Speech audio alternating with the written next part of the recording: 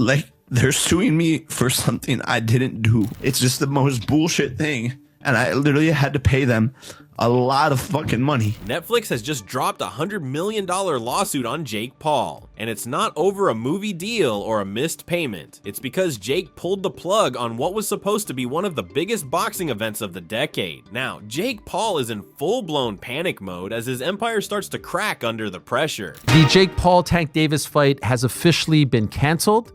It is off.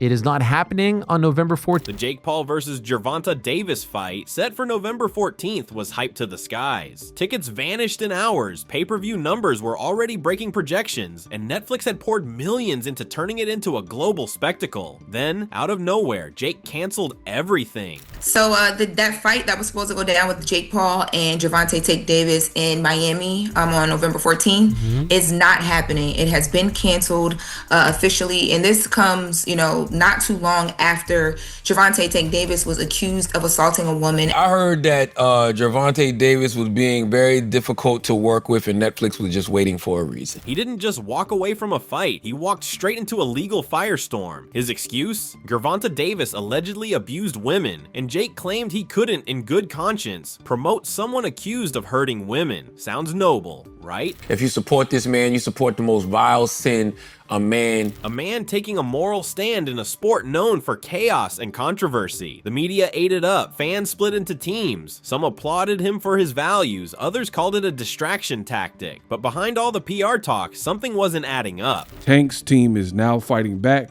And because the truth, according to people close to the fight, is way darker and way simpler. Jake wasn't standing up for anyone. He was backing down. For the first time in his career, Jake Paul was about to face a real world-class fighter. Not an ex-basketball player, not a retired MMA veteran, but a man who has 26 wins and 24 knockouts. Gervonta Tank Davis is known for ending fights fast and violently. This wasn't a YouTube celebrity match. This was a professional war zone. And he was more scared than he had ever been before a fight by facing Gervonta Davis. Jake knew what that meant. Reports from inside his camp say the bravado started cracking weeks before fight night. Jake, who usually trained like a man possessed, started showing signs of panic. His team noticed changes, canceled sparring sessions, restless nights, and endless strategy meetings that seemed more about finding a way out than finding a way to win. This wasn't confidence. It was fear hiding behind a camera-ready smile. Because it's a civil lawsuit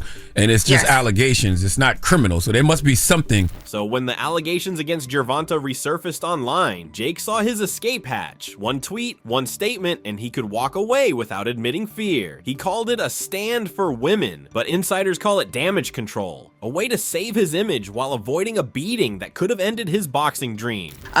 Most valuable promotions and Netflix have announced that Jake Paul versus Gervonta Davis, originally scheduled for Friday, November 14th in Miami. But Netflix didn't care about the drama. They cared about their deal. The company had invested millions in production, global marketing, and sponsorships. Early projections estimated a $120 million payday, making it one of Netflix's biggest sports events ever. They had already sold ad slots, booked venues, and built an entire promotional machine around Jake's promise. And then, with one decision, he torched the whole thing. Closer the fight got, the more reality was getting to him, so he put an scapegoat plan in effect. That's why Netflix came swinging. The lawsuit accuses Jake Paul of willfully breaching his contract and causing irreparable financial harm. In simpler terms, they're saying he bailed for no good reason and cost them millions. And if Netflix wins, Jake could lose far more than money. He could lose his reputation as a reliable draw, a bankable name.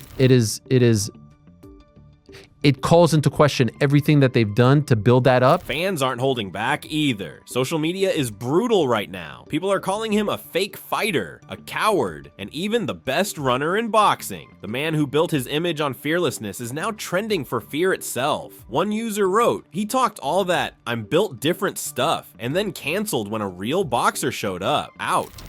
So much time, effort, and energy, and it's like, But it's also compounded. Even the boxing world is piling on. Promoters, fighters, and commentators are mocking him openly. Some say this single act has undone years of progress Jake made trying to be taken seriously in the sport. One insider put it bluntly, Jake wanted respect from the boxing world, but respect is earned in the ring, not through excuses.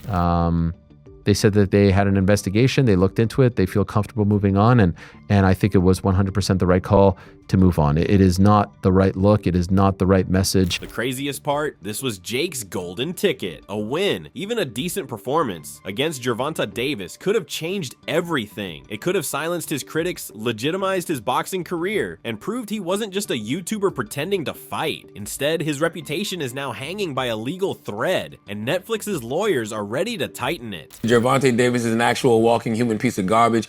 Working with him is an absolute nightmare. The unprofessionalism, the bizarre requests, the showing up hours late to shoots, the numerous arrests and related accusations and lawsuits. For Jake Paul, the timing couldn't be worse. His brand depends on being the loudest, boldest man in the room. The guy who says he fears no one, but now he's being painted as a man who used morality as camouflage for fear. That's a stain that doesn't wash off easily. She's retired. Like, she should be she's in Hawaii on a fucking lawsuit phone call, and they're like, yo, your son has to pay this. Like, it just like.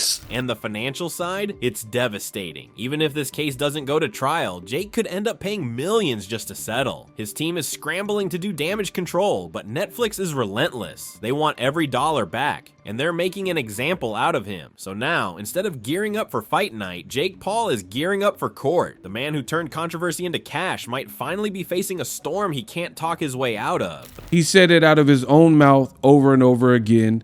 The fear was real. The fight that never happened is now turning into something far uglier. It's a legal showdown that could end up being the biggest loss of Jake Paul's career. And this time, there's no ring, no referee, and no way to fake a win. The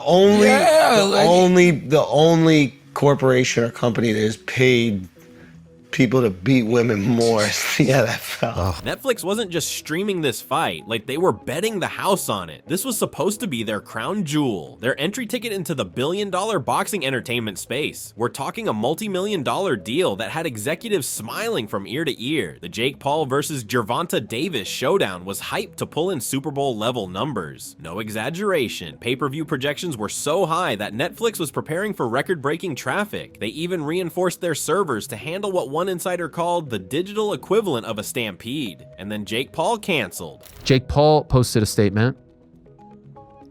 Gervonta Davis is an actual walking human piece of garbage. Working with him is an absolute nightmare. The unprofessionalism, the bizarre requests, the showing up hours late to shoots, to the numerous arrests and related accusations and lawsuits. If you support this man, you support the most vile sin a man can commit. Just like that, boom, millions of dollars in promotion gone. Ad campaigns pulled overnight, brand sponsorships frozen, production teams sent home. The entire machine Netflix built around this fight came crashing down faster than a first-round knockout. It wasn't just a disappointment, it was a corporate nightmare. Executives reportedly went into panic mode. Boardroom calls turned into blame sessions. Sponsors who had already paid for exposure started demanding refunds. Marketing partners scrambled to salvage whatever they could. One insider described it as utter chaos, like watching a house of cards collapse while the cameras are still rolling. But it didn't end there, because once the dust settled on Tank Davis, Jake and Francis this morning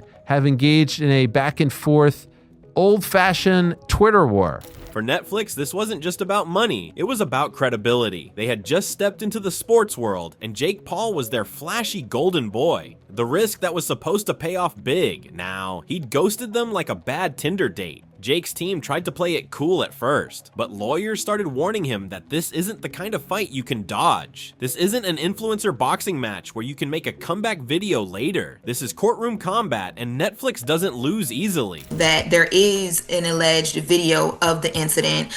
We were also told that, it's not just about the incident, although I'm sure that had a pretty big that was a pretty big reason for why we got to this point. Legal experts have already called this case career-altering. If Jake loses, he could be on the hook not only for damages, but also for lost profits, which could mean paying way more than just $100 million. His sponsors might walk, his brand deals could crumble, even his upcoming shows and business ventures could be frozen if the case drags on. And here's the kicker, Netflix has the receipts. Contracts, emails, timelines, everything pointing to the fact that Jake backed out at the 11th hour without a valid reason. If that's true, the judges aren't going to be impressed by his moral stance. They'll see it for what it was, a panic move that cost a corporation millions. But the drama didn't stop in the courtroom. It exploded online. The thing is, this back and forth only makes me want to see the fight more. Twitter, TikTok, and Instagram turned into digital battlefields overnight. Jake Paul's name trended for all the wrong reasons. Half the internet called him a sellout, the other half defended him as a man of principle. Supporters said he did the right thing by refusing to fight someone accused of abuse. Critics called it a coward's excuse dressed up in activism. It wasn't just about the fight anymore, it was about trust. Jake's whole brand was built on being fearless, bold, unpredictable. The guy who'd fight anyone, anywhere. But this cracked that image in half. Fans who once chanted his name were now questioning if he was ever serious about boxing or just chasing attention. And the irony? The same internet that made Jake Paul famous is now turning him into a punchline. His once loyal followers are split, his reputation's in freefall, and the brand deals that kept his empire running are reportedly re-evaluating their partnerships. Translation, they don't want to be next in line when another Jake Paul meltdown hits the headlines. Meanwhile, Netflix is playing the long game. Their lawyers are building what's being called an ironclad case. They want to make an example out of Jake, a warning shot to every influencer who thinks contracts are optional, because in their eyes, Jake didn't just cancel a fight. He disrespected their platform, embarrassed their brand, and cost them trust with advertisers and fans alike. According to Team Tank, they are suggesting that this was not at the bequest of Netflix to cancel the event. So now, the man who once bragged about knocking out opponents in the ring is fighting the biggest battle of his life.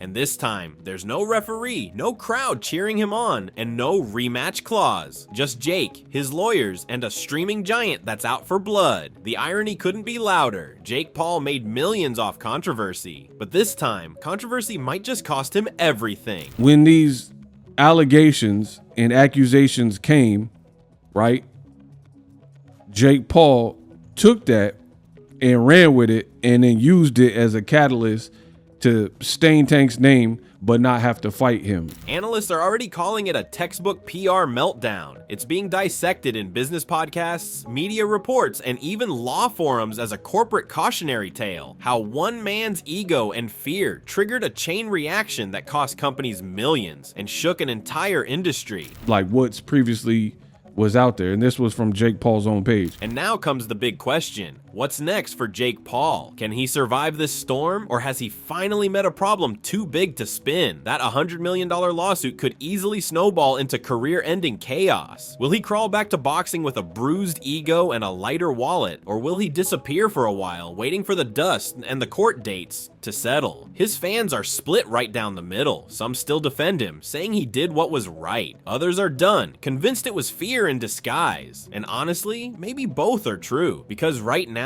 Jake Paul isn't standing in a boxing ring. He's standing at a crossroads. One path leads to redemption, the other leads to ruin. The cameras are rolling, the lawyers are talking, and everyone's waiting to see which punch lands next.